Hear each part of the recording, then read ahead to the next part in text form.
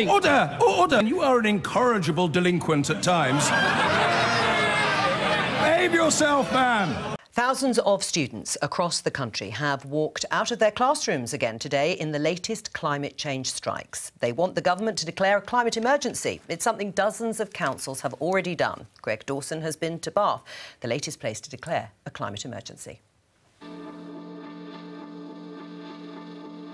Bath, UN World Heritage Site, home to 90,000 people, and the latest place in the UK to declare an emergency. Last night, the council became the latest of dozens in recent months to approve a motion declaring a climate emergency. Like many others, it's committing to becoming carbon neutral by 2030. Nicola Taylor was one of those involved in the campaign. I'm expecting my first child in a couple of months. She could quite feasibly be alive in 2120.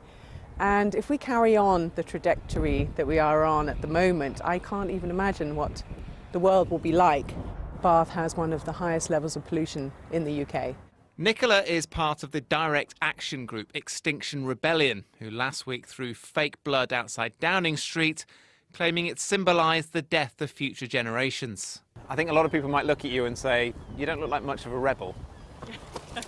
No, this isn't. I haven't been very politically active before. I'm just a regular middle-class person who lives in a beautiful, lucky enough to live in this beautiful city. I want to be able to look my daughter in the eyes in the future and say that I tried to do something. What do we want? Climate justice! When do we want it? The campaign's been given extra momentum by a series of youth climate strikes involving students walking out of class to call on the government to declare an emergency at a national level. Hamish Evans helps coordinate the strikes in Bath. He's been living on his houseboat since he was 16, partly to help reduce his carbon footprint. So this is home? Yes, this is home, yeah. So this is the one room. My boat's powered by solar. I've been thinking a lot about my diet recently. I'm trying to really simplify foods I eat and just eat from the land cooperative, which is just up here. It's community agriculture. You can go to the rivers, see they're polluted. You can go to the roads, see that they're twice the legal limit of pollution. You can go and see, our forest being chopped down quite close by. This bird song I hear in the morning soon, it's already decreasing. Not going to hear it in the future. This wave of councils declaring emergencies was triggered by a UN report on climate change, warning there were just 12 years left to avoid an environmental catastrophe. Bath may be the latest place to declare, but just a few miles down the track is the first. Back in November last year, Bristol made history by becoming the first part of the UK to declare a climate emergency, with that target of becoming carbon neutral by 2030.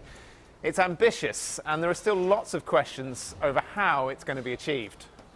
I'm scared, I'm worried, I'm frustrated that the majority of UK politicians are not doing enough. Carla Denyer is the Green councillor who wrote the motion, inspiring dozens of other councils to follow suit. It's like a juggernaut that we have to turn around, which means we need to start right now. But just how realistic is it that Bristol, a port city, can become carbon neutral in little over a decade, especially considering this?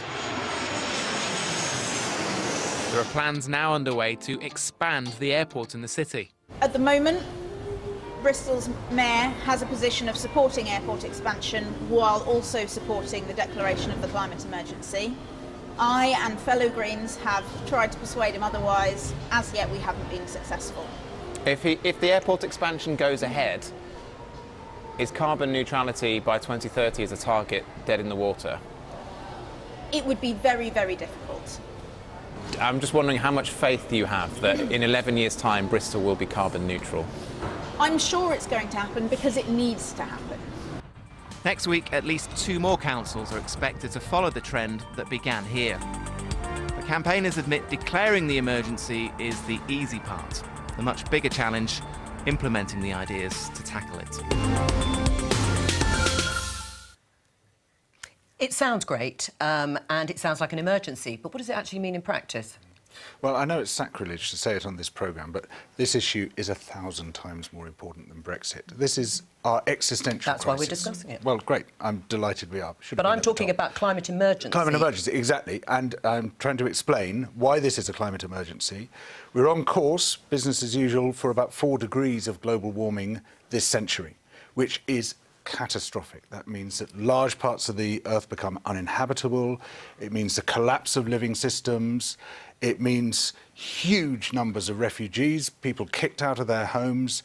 It means the collapse of food supplies. This isn't something to mess about with. This is something to put right at the top of the political agenda and take very rapid, immediate and drastic action on. But what, declaring a climate emergency in Bath and Bristol, how is that going to mitigate any of the things you've just outlined? Well, in itself, it doesn't, but it's where you start. And so the idea is that the declarations of emergency spread across the country. We want the whole country to declare an emergency. So in other words, we want the government of this country to say, this is an emergency, we're now taking emergency measures, we're going to be pressing other governments alongside us to take emergency measures as well. We should treat this with the seriousness it deserves. No government on earth, with the possible exception of Costa Rica, is currently doing that. I mean, what I'd like to ask you, George, if I may, Joe, is what impact is this going to have on the ordinary person in Bath and these other cities? What does it mean for taxpayers? Is there going to be a cost involved? I mean, it's all very well sounding very virtue signalling and saying, let's declare a climate emergency, but how in practice is it actually going to make a difference? This is not virtue signalling. This is the most important issue on earth. And if you describe it and dismiss it as virtue signalling, I'm talking about it suggests you have no conception you did use the of word what is important and what is not. I'm thinking Bath says, so what is the impact? We have to declare a climate emergency. What does that actually mean in practice? It does mean changes. It means very rapid changes, but it's not changes we can do by ourselves. We need intervention from cities, from government. So, for example... But what are they going to do? Are they going to bring in measures Will you like let me answer this question, or do you want to just carry on? For example, we're talking about a massive reduction in car travel and replacement with electric mass transit, with bicycles, with walking, which is great for dealing with climate, but also for dealing with air pollution, for resource use, for congestion, for time wasting, space wasting, all the other things that cars do. So basically we're going to see motorists penalised again and have extra taxes. No, we're going to have a situation like we've got here in London. We're going to see people having much more efficient transport networks than we currently have. Now we're getting to the heat. This is what needs to happen. We need to have a much better public transport system before we're going to encourage people out of our cars. We have to do both at the same time. Do you support the idea of actually starting a conversation of making it publicly visible that this should be treated like an emergency? It shouldn't be treated like an emergency. It is an emergency, and I absolutely agree with George. If you look at the UN report that came out in October, that was, signed off by 195 countries saying that this is emergency, the 12-year report is serious. We're talking about devastation of the insect population, which then means all that for plants and crops. I mean, this is serious, and it should be number one across the world as the agenda. But we have different countries who are flat earthers who are denying the report and denying that actually it has any sort of weight, but it does. And this, I think the problem is saying it's an emergency and actually doing something. You need emergency measures that equate to the emergency. And I think at the moment there's an awful lot of talking, and cars and reducing, that's just one thing. It actually has to be the biggest, most difficult conversation for politicians is to say to people, this means lifestyle changes. And that is the biggest thing. What would they be, those lifestyle changes that are needed? Well, we've just gone vegetarian in our house as a result Congratulations. of... Well, I say that. I mean, my wife's gone vegetarian. OK, so not the whole family. I'm trying to get there. I'm trying to get there. Yeah, exactly. She's offsetting Some people in our household have gone vegan. Well, yeah, that's tough. Well, actually, I mean, this is a serious point. Serious, because the two things we can... there's not much we can do as consumers. Mostly we have to do it as citizens, getting political change. But the two big things we can do, A, switching to a plant-based diet, and B, changing our transport habits. And one of those things is much less flying. Flying is a huge carbon impact. Even just one seat on a transatlantic flight and you've pretty well used up your carbon budget for a year. Well, why have they expanded the airport? Exactly. Well, exactly. Yeah, that is exactly the right question to be asking. Why are we still building fossil fuel infrastructure when we ought to be leaving fossil fuels in the ground? But does that undermine your message of a climate emergency declaration? All it says, if you've got the same council saying we're going to expand the airport? Look, all it says is they're not thinking it through and they're not doing this systemically, which is what we need to do. This is the problem. They're not thinking it through. There's a strategy there. But isn't it part of the issue that the technology isn't there either? I mean, if there was an easy solution to say we could expand the airport whilst using different technologies to make it greener, whilst also getting the benefits of expanding the airport, that's fine. But they've got to take the decision that's in front of them. But because there's no substitute, for flying, then the only answer here is to fly less. And I'd There's absolutely no technological I'd alternative. absolutely agree with you, George. And this is why, you know, go back to my question. What can Bath do when we've got major government policy to expand airports, not just here, but in Heathrow as well? It's absolutely crackpot. So it has to start somewhere. And so by Bath and Bristol and several other cities, incidentally, and some counties as well now, saying we declare a climate emergency, you build up the head of steam. Perhaps that's the wrong metaphor. you create the pressure, which then ensures that government has to start taking this seriously. People's jobs? Lost in all of this is the spring statement this week, because I know no one spent any time. No, but we did clock. The Chancellor did talk in the spring statement about building in sustainability. Long term. Yes, long term, and more can be done more quickly. Of course it can all the time. But it's still not quick enough, because it's 12 years. But